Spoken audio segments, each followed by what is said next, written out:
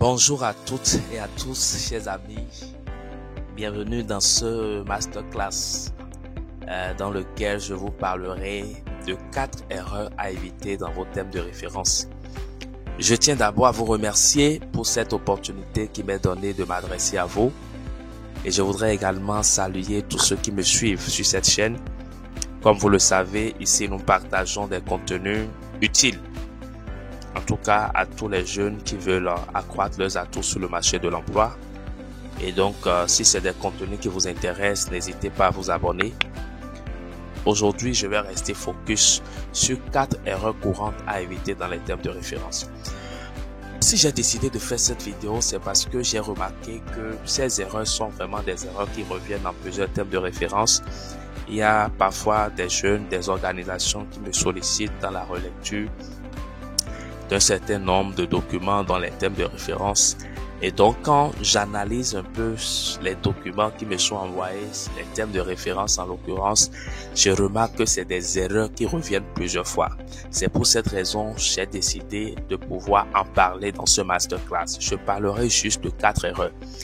Alors, la première erreur qu'il faut éviter dans vos thèmes de référence, et je vous en prie, faites beaucoup attention, c'est les objectifs flous. Il n'y a pas plus grave erreur dans un thème de référence que de ne pas être clair dans vos objectifs. Parce que si vous décidez de réaliser un thème de référence, vous décidez de décrire la manière dont une activité ou un projet doit être mis en œuvre. Cela voudra dire que même si vous n'êtes pas présent, tous ceux qui doivent prendre, tous ceux qui sont chargés de mettre en œuvre les thèmes de référence doivent pouvoir savoir clairement quels sont les objectifs qui sont attendus. Et le fait de ne pas avoir des objectifs vraiment clairs, ça peut entraîner beaucoup de malentendus. J'ai déjà été impliqué dans une situation où, voilà, on a rédigé les thèmes de référence, on voulait pour aller collecter des données sur le terrain. Le consultant n'a pas compris les objectifs parce qu'ils étaient justement flous. Et puis il est allé sur le terrain, il a collecté des données mais qui n'étaient pas des données attendues. Et se voit, il était carrément à la plaque. Et puis voilà, ce contrat-là a été rompu. Chacun est allé de son côté en fait. Donc, je vous encourage, faites beaucoup, prenez le temps de préciser vos objectifs. Et l'astuce et la méthode qui est aujourd'hui connue pour vraiment avoir des objectifs bien précis, c'est la méthode SMART. Ça veut dire spécifique, mesurable, atteignable, réaliste et temporel. Je vais donner un exemple précis. Si par exemple, vous me dites, mon objectif ou l'objectif de ce projet, c'est d'améliorer l'accès à l'eau. Cet objectif-là, améliorer l'accès à l'eau, c'est un objectif trop vague, c'est un objectif trop flou. Parce que on n'a ni indicateur dans cet objectif-là, on ne sait pas à quel niveau vous voulez améliorer l'accès à l'eau, pour combien de personnes, on ne sait pas. En revanche, si vous me dites par exemple, fournir un accès à l'eau potable à 1000 jeunes ou à 1000 personnes dans les 6 prochains mois, là, on sait que c'est un objectif qui est spécifique. On veut fournir l'accès à l'eau potable à 1000 personnes dans les 6 prochains mois. C'est mesurable parce qu'après, on peut évaluer pour voir si on a pu atteindre les 1000 personnes. C'est un objectif atteignable si vous avez les ressources qu'il faut. C'est un objectif réaliste et c'est un objectif qui est limité dans le temps. Et donc, faites beaucoup attention à cette première erreur. La deuxième erreur, c'est d'avoir les délais irréalistes. Et je vous en prie, parfois, dans le cadre des projets, surtout au niveau des ONG qui bénéficient des fonds des partenaires, on impose des délais. Et à cause des délais, on n'a pas vraiment le temps de mettre en œuvre les activités comme cela se doit. Et on est vraiment dans des délais irréalistes. L'activité qui doit prendre une semaine, on est obligé de raccourcir les choses à 3 jours et autres là.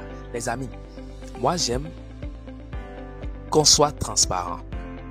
Dites aux partenaires, c'est pas possible. Si nous voulons bien faire les choses, prenons le temps qu'il faut pour le faire. Ou trouvez plus de ressources humaines qui vont se mobiliser pour réaliser l'activité dans le temps imparti. C'est très important. Et surtout si c'est des activités, par exemple, de construction d'infrastructures. Parfois, vous avez besoin de permis. Parfois, vous avez besoin d'autorisation administrative. Parfois, c'est la météo qu'il faut considérer. Parfois, c'est des problèmes d'approvisionnement. Et donc, il faut pouvoir avoir une certaine marge de manœuvre, surtout dans votre calendrier à vous. D'accord? Pour pouvoir gérer ces imprévus-là qui peuvent venir. C'est très important de toujours se réserver une marge de manœuvre entre 20 et 30% de temps supplémentaire pour chaque étape ou chaque phase de votre projet ou de votre activité. Cela va vous permettre de mieux gérer les imprévus. Donc si par exemple vous avez une infrastructure à réaliser, ça peut être peut-être une toilette dans un collège ou dans une école en milieu rural. Ok, si ça devrait vous prendre 3 mois, prévoyez peut-être 3 mois et demi. D'accord? Et vous savez que vous allez mettre le paquet pour rester dans le délai. Mais s'il y avait des imprévus qui venaient, vous allez toujours rester dans le temps. Donc, c'est vraiment une erreur qui revient très souvent et donc je vous encourage à l'éviter. La troisième erreur, c'est le manque de détails dans votre méthodologie. J'ai lu plusieurs thèmes de référence et j'ai été choqué des fois de constater que la méthodologie pour atteindre les objectifs ou les résultats ne sont pas détaillés, ne sont pas précis. Et lorsque votre méthodologie est floue, lorsqu'elle n'est pas précise, ça laisse la porte ouverte à toutes sortes d'interprétations. Et cela peut créer même des malentendus entre les parties prenantes.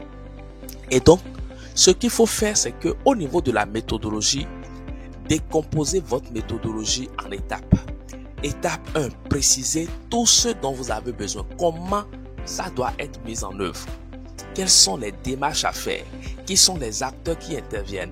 Quels sont les outils? Quelles sont les techniques utilisées? Comment vous allez l'évaluer? C'est important d'avoir une méthodologie détaillée. Lorsque votre méthodologie est détaillée, je vous assure, si on prend le thème de référence, on peut mettre en œuvre l'activité du début jusqu'à la fin sans aucun souci. Donc, évitez une méthodologie floue. Et surtout, détaillez chaque étape de votre méthodologie en précisant les outils et les acteurs impliqués.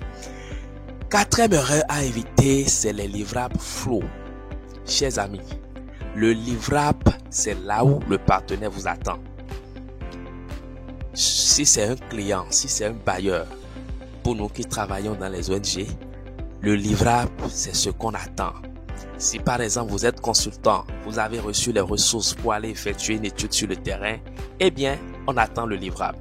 Et donc, il faudrait que le livrable soit précis et clair.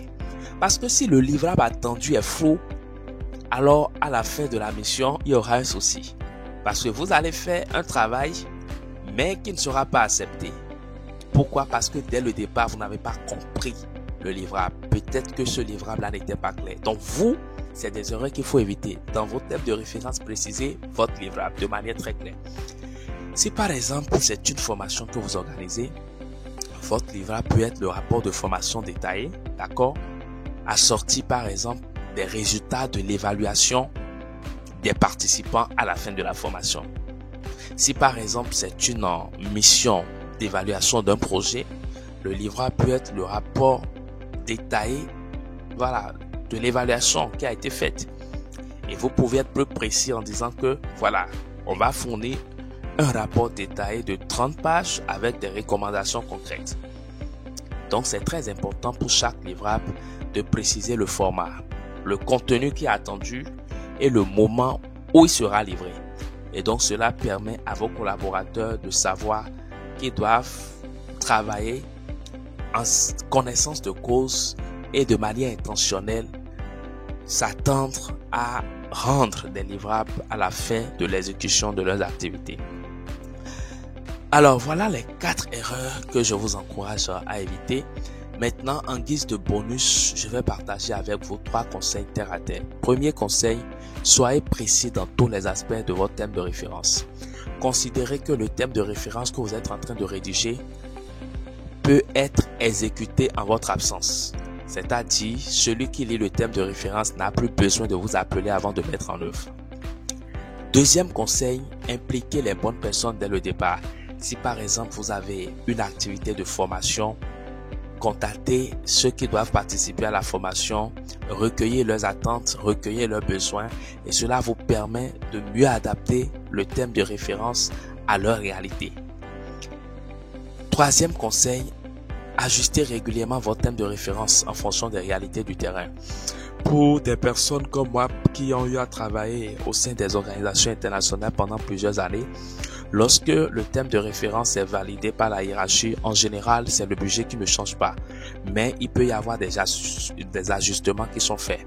Entre le moment où le thème de référence a été validé et l'exécution de l'activité, il y a souvent un espace de temps. Peut-être que vous aviez prévu des participants, qui ne seront pas présents. Peut-être qu'il y a des intervenants qui ne vont plus répondre à l'invitation ou qui ne seront pas présents, qui seront absents et vous avez besoin de les changer. Donc, en dehors du budget qui ne change pas, le contenu peut être changé, les activités peut changer. Je veux dire, le contenu des activités peut changer. Donc, il faut toujours ajuster en fonction des réalités du terrain, revoir votre calendrier, au besoin votre agenda et voir comment vous pouvez au mieux répondre aux attentes des personnes, des cibles avec lesquelles vous travaillez. Donc voilà ce que j'avais à vous dire dans cette vidéo. Merci beaucoup, ça me fait énormément plaisir de vous voir nombreux sur cette chaîne. Continuez de nous encourager en vous abonnant et surtout partagez à tous ceux à qui ça peut être utile. Merci et à la prochaine vidéo. C'était Osé Koliko.